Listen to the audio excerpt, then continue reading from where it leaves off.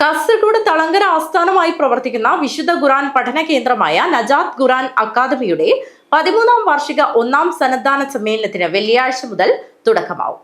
സ്ഥാപനത്തിൽ നിന്നും പഠനം പൂർത്തിയാക്കിയ 13 വിദ്യാർത്ഥിനികൾക്ക് നാജിയായി ബിരുദം നൽകിയ പരിപാടിയിൽ ക്യാമ്പ് ശില സ്ഥാപനം നടക്കുമെന്ന് ഭാരവാഹികൾ വാർത്താ സമ്മേളനത്തിൽ അറിയിച്ചു. കാസർഗോഡ് തളങ്കര ആസ്ഥാനമായി പ്രവർത്തിക്കുന്ന വിശുദ്ധ ഖുർആൻ പഠന സ്ഥാപനമാണ് നജാത്ത് ഖുർആൻ അക്കാദമി. കഴിഞ്ഞ 13 വർഷക്കാലമായി പ്രവർത്തിക്കുന്ന ഈ സ്ഥാപനത്തിൽ കുട്ടികളെ ഹിഫ്ദ് പഠിക്കുന്നതോടൊപ്പം മതബോധിക സമന്വയ വിദ്യാഭ്യാസം നൽകുന്ന ഒരു വ്യത്യസ്തമായ ക്യാമ്പസാണ്.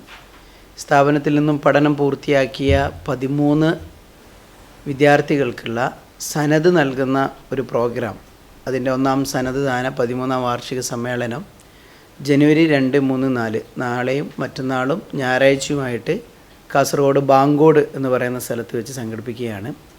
ഈ പരിപാടിയുടെ ഏറ്റവും വലിയ പ്രത്യേകത ഇന്ത്യയിലെ ഏറ്റവും മികച്ച ഹാഫിലുകൾ പങ്കെടുക്കുന്ന ഒരു ഖുർആൻ മത്സരം സംഘടിപ്പിക്കുന്നുണ്ട്. ഏകദേശം 400ഓളം ഹാഫിലുകൾ വിവിധ ഘട്ടങ്ങളിലായി മത്സരിച്ച് അതിൽ നിന്ന് മികച്ച 20 ഹാഫിലുകൾ, ഇന്ത്യയിലെ 10ഓളം സംസ്ഥാനങ്ങളിൽ നിന്നുള്ള റെപ്രസെൻറ്റേഷനാണ് അവർ വന്ന് സെമി ഫൈനലും ഫൈനൽ റൗണ്ടും മത്സരിക്കുന്നുണ്ട്. ആ മത്സരത്തിൽ ഒന്നാം സ്ഥാനം ലഭിക്കുന്നവർക്ക് 1 ലക്ഷം രൂപ ക്യാഷ് അവാർഡ് ഉണ്ട്. രണ്ടാം സ്ഥാനം ലഭിക്കുന്നവർക്ക് 50,000 രൂപ, 25,000 രൂപ.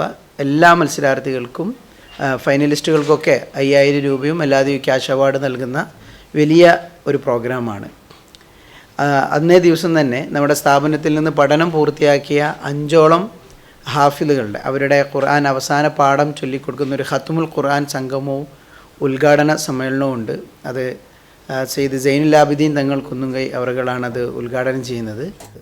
നമ്മുടെ നാട്ടിലൊക്കെ അതിലൊരു ശൈലിയിൽ മാത്രമാണ് കോമൺ ആയിട്ട് പാരായണം ചെയ്യപ്പെടാറുള്ളത്. പക്ഷേ ഈ മേഖലയിലെ ആ വിവിധ 10ഓളം ശൈലികളുള്ള പാരായണത്തിൽ അതിനെക്കുറിച്ചുള്ള ഒരു പഠന ക്ലാസ് സംഘടിപ്പിക്കുന്നുണ്ട്.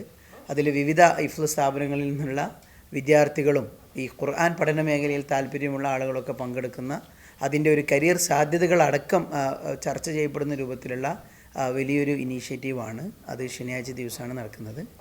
അവസാന ദിവസമായ ഞായറാഴ്ച രാവിലെ മുതൽ ഉച്ചവരെയുള്ള സമയത്ത് നിലവിലെ സാഹചര്യത്തിലെ ഏറ്റവും ഗൗരവപൂർവമായി ചർച്ച ചെയ്യപ്പെടുന്ന സമകാലിക വിഷയങ്ങളിൽ ഒരു പ്രധാനപ്പെട്ട ചർച്ച എന്ന രൂപത്തിൽ ഒരു യുവജന സംഗമം സംഘടിപ്പിക്കുന്നു.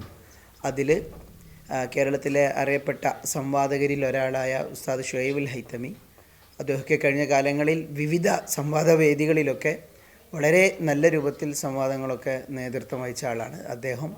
അതുപോലെ ഒരു സജീർ ബുഖാരി, സി ഹംസ സാഹിബ് എന്ന് പറയുന്ന അവരൊക്കെയാണ് പങ്കെടുക്കുന്നുള്ളത്. കൂടാതെ അന്നേ ദിവസമാണ് ഈ പ്രോഗ്രാമിൻ്റെ ഏറ്റവും ഹൈലൈറ്റ്. നമ്മുടെ സ്ഥാപനം, ആ സ്ഥാപനത്തിന് സ്വന്തമായ ഒരു ക്യാമ്പസ് എന്ന സ്വപ്നത്തിലേക്ക് വേണ്ടി ആ ക്യാമ്പസിൻ്റെ ശിലാസ്ഥാപന കർമ്മവും അന്ന് നടക്കും. ഞായറാഴ്ച വൈകുന്നേരം ശിലാസ്ഥാപനത്തെ നിർവഹിക്കുന്നത് പാണക്കാട് സെയ്ദ് സ്വാദിഖ് അലി ശിഹാബ് തങ്ങളാണ്.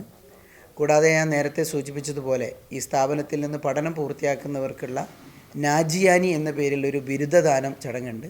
അത് ബഹുമാന്യനായ സമസ്ത കേരള ജമിയത്തുൽ ഉലമയുടെ പ്രസിഡന്റ് കൂടിയായ സയ്യിദുൽ ഉലമ സെയ്ദ് ജിഫ്രി മുത്തുക്കോയ തങ്ങളാണ് ആ പ്രൗഢഗംഭീരമായ സദസ്സ് ഉദ്ഘാടനം ചെയ്യുന്നത്.